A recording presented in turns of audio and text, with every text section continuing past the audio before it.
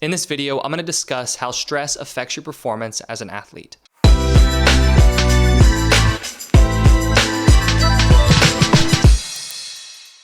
Hey there, I'm Eli Straw, mental performance coach and the founder of SuccessStartsWithin.com. Stress is going to affect your performance either in a positive way or in a negative way.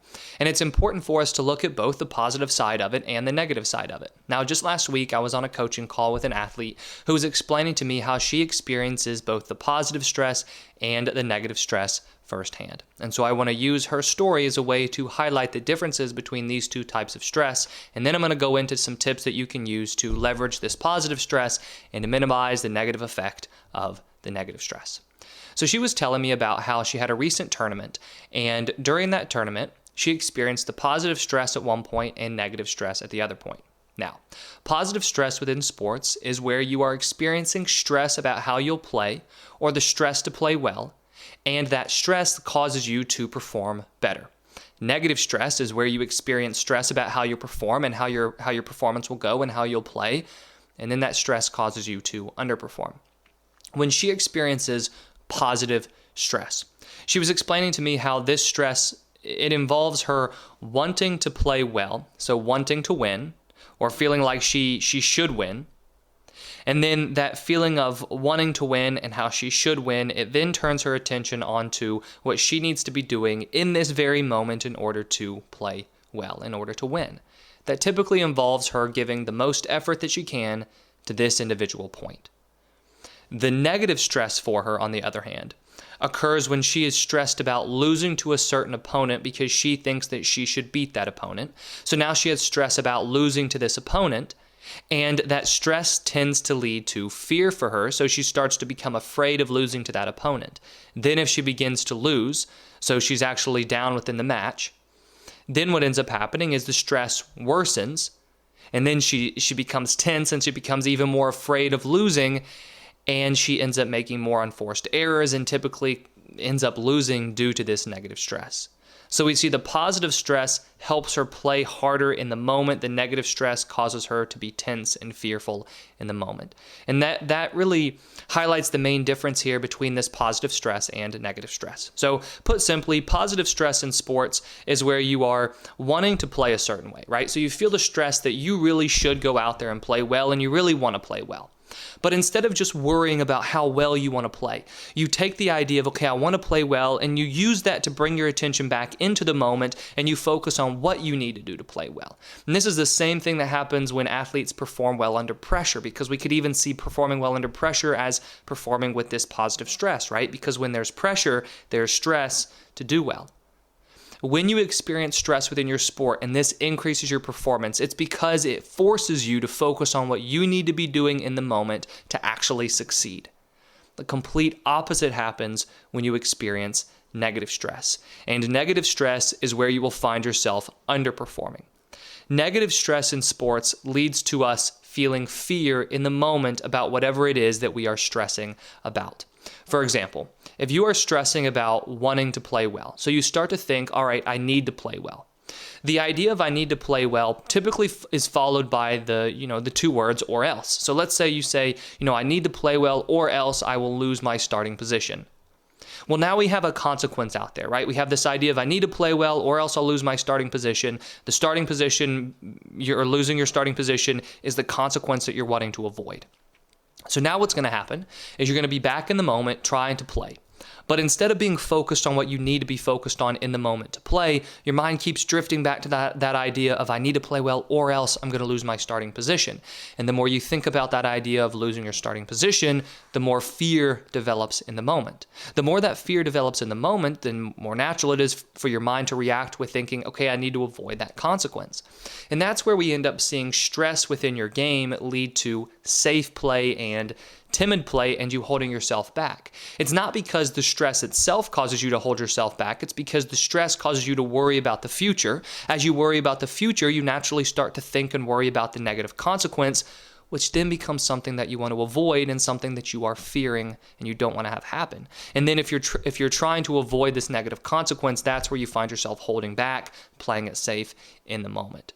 Another reason why this negative stress will impact your performance is because of the physical symptoms of that stress, right? So if you're playing with a lot of tension and you're playing with a lot of stress, naturally your muscles are tight, so you're not going to play as loose in the moment. Now, if you play with a lot of stress, this can lead to more anxiety in the moment, which means you have an increased heart rate. It means you're going to have shaky legs. You might have blurred vision. It might be tougher for you to focus. So there's a lot that goes into this negative stress in terms of it affecting your performance in the moment. But I like to keep it extremely simple. And so simply put, when we are feeling this negative stress, we are worried and afraid of something happening in the future. Because we are worried and afraid of that thing happening in the future, it causes us to feel this fear in the moment and play to avoid and play tense, because we're playing to avoid this thing that we don't want to have happen, instead of playing fully focused in the moment and giving our attention to what we know will help us achieve the thing that we want to achieve at the end of the game. And so that brings me to one of the first tips that I have for you when it comes to handling stress within your game. And that first tip is you want to set process goals. Because if we look at the main difference between positive stress and negative stress, the main difference is the in-the-moment focus you have when you play. When you are experiencing positive stress, the in-the-moment focus you have is on what you need to do in order to achieve whatever it is you want to achieve. So for the example I gave earlier, the athlete was experiencing that positive stress because she thought, I want to win, I want to play well, so she felt pressure to play well, which then forced her to focus even more on what she was doing in the moment, which typically meant giving full effort and giving the best that she could for that individual point. The difference here with negative stress is that negative stress causes us to think about the future and we're not focused on the process. So if you can set process goals for yourself when you play, those goals that are, just fully focused and 100% based on what you can control in the moment, what you're going to see happen is you're going to see yourself keeping your attention on the things that actually lead to the result, instead of having your mind drift onto the result, which is where we see that negative stress cause you to underperform. So that's tip number one. And when you're thinking about setting process goals, you always want to think of just what is everything that goes into me playing well, everything that I can control that goes into me playing well, and then just choose a couple of them. Don't overdo it with these process goals. Don't try to focus on 15 different things. Focus on, between 1 to 3 things like giving full effort, having positive thoughts while you play, making sure that you bounce back from mistakes, keeping a good mindset, being fully focused in the moment, simple things like that. Focusing on your breath could be another one. But you want to use simple process goals that will keep your attention on what leads to you succeeding, instead of allowing your mind to focus on the fact that you want to succeed, or more often than not, when it's this negative stress, being afraid to fail. Tip number 2 that I have for you is you want to use your breathing to stay present. Whenever we are performing our best within games, our mind is present and our body is just, relaxed, and we're fully focused and into whatever we're doing. And that really is the definition of the flow state. When you're playing in the flow state, you're just in the moment, you're one with what you're doing, and your mind isn't drifting into the past or the future. But when negative stress takes hold, we know that our mind drifts into the future and we get stuck thinking about whatever it is that we're stressed about. But when positive stress increases performance, once again, it brings our attention back into the moment and onto what will help us play our best. So if we know that this stress is present, we want to make sure that we are counteracting any of the physical symptoms, like that increased heart rate, like the anxiety that we are experiencing. But we also want to keep our attention present. The process goals that I just talked about in the last tip will help you keep your mind present, but so will focusing on your breath. And when you focus on your breath, specifically using count breathing, this will also help you calm your nerves and calm your mind, so you're calming some of those physical symptoms of the stress. And so what you can do as you're going throughout the game, or even before the game begins, is you can use count breathing, where you count as you inhale and you count as you exhale, and you just do this in a rhythmic way. This is going to help you calm your mind, and again, it's going to help keep your attention in the present moment. And a very simple counting system or counting kind of structure that you can use is in for 4, out for 4, and you just do this over and over again. Now, if you're playing a sport like basketball or soccer, let's say, or even hockey, where it's tough for you to focus on taking those nice deep breaths while you're playing, especially if you're out of breath from running or sprinting, you can still focus on taking deep breaths, but you'll be using conscious breathing, where instead of trying to take that nice rhythmic counting breath, you just simply take an inhale and an exhale, or you just focus on your breathing, even if your breathing is a little bit more rapid, because again, you might be out of breath.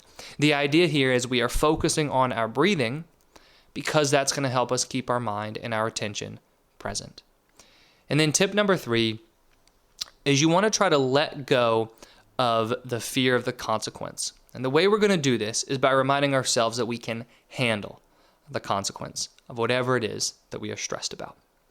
More often than not, the things we fear within sports, the stresses we have, the things we're worried about, they are worse in our mind than in reality. When they actually happen at that point, you aren't necessarily afraid of them or worried about them. You are just handling them. And it's easier for us to handle these things when they do happen than it is for us to handle them in our minds when we are imagining them happening, mainly because they haven't happened yet, so we can't handle them at that point.